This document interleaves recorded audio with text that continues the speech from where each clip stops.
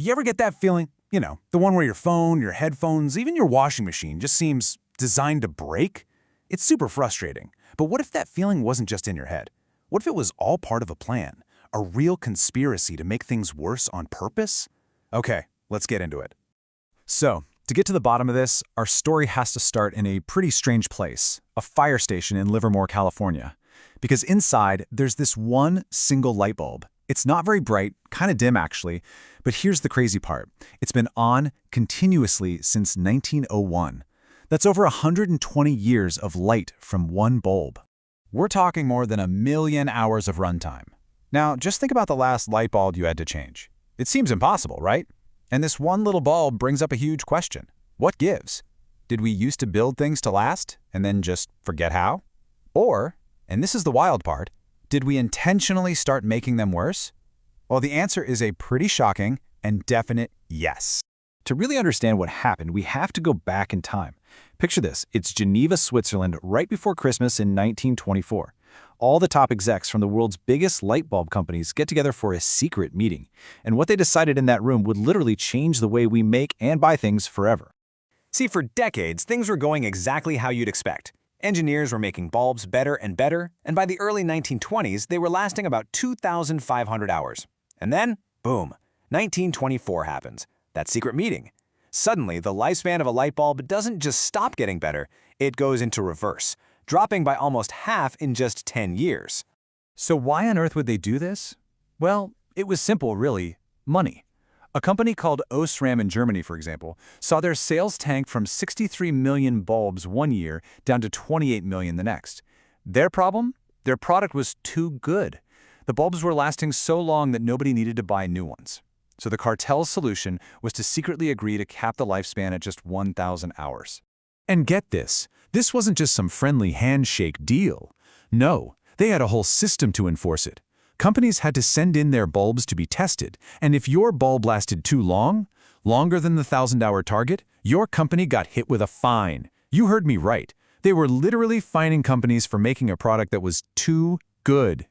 And you know what? It worked like a charm. Bulb lifespans were slashed and sales shot up 25% in just 4 years. And I bet you're thinking, well, at least the bulbs got cheaper, right? Nope, not a chance. Prices stayed high. Publicly, their excuse was, oh, we're just standardizing things. And sure, they standardized the screw thread, but behind closed doors, it was all about the money.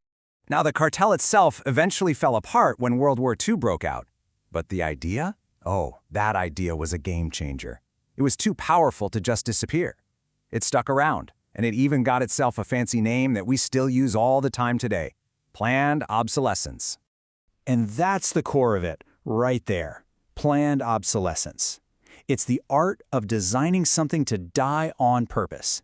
Not because of some technical problem, but as a deliberate business strategy to make sure you have to come back and buy another one. And don't think for a second this is just some old-timey story.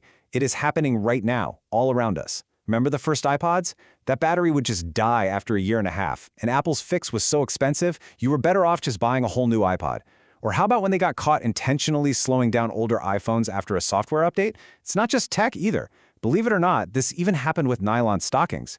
They were originally so strong they never ripped, so companies actually culled their engineers to make the fibers weaker just so they could sell more. Okay, so this all sounds pretty bad, right? Pure corporate greed. But what if I told you there's an argument that making things break is actually good for us?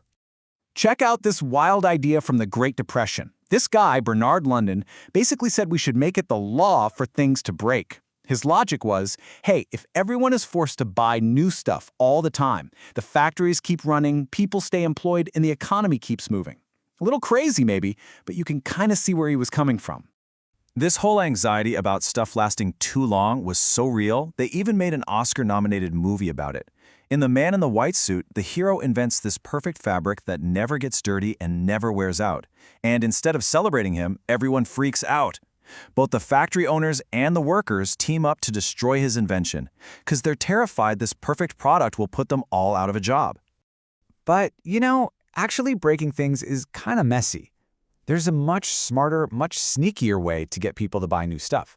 It's not about the product breaking down, it's about making you feel like it's broken, even when it's perfectly fine. And for the perfect example of this, just look at the old battle between Henry Ford and General Motors. Ford was all about building one car, the Model T. It was a tool, a workhorse that would last you forever. You could have it in any color you wanted as long as it was black. But GM, they had a totally different idea. Starting in 1924, yep, the same year as the Lightbulb cartel, they started changing up the models and offering new colors every single year to make your perfectly good car suddenly feel old. And they weren't even hiding it.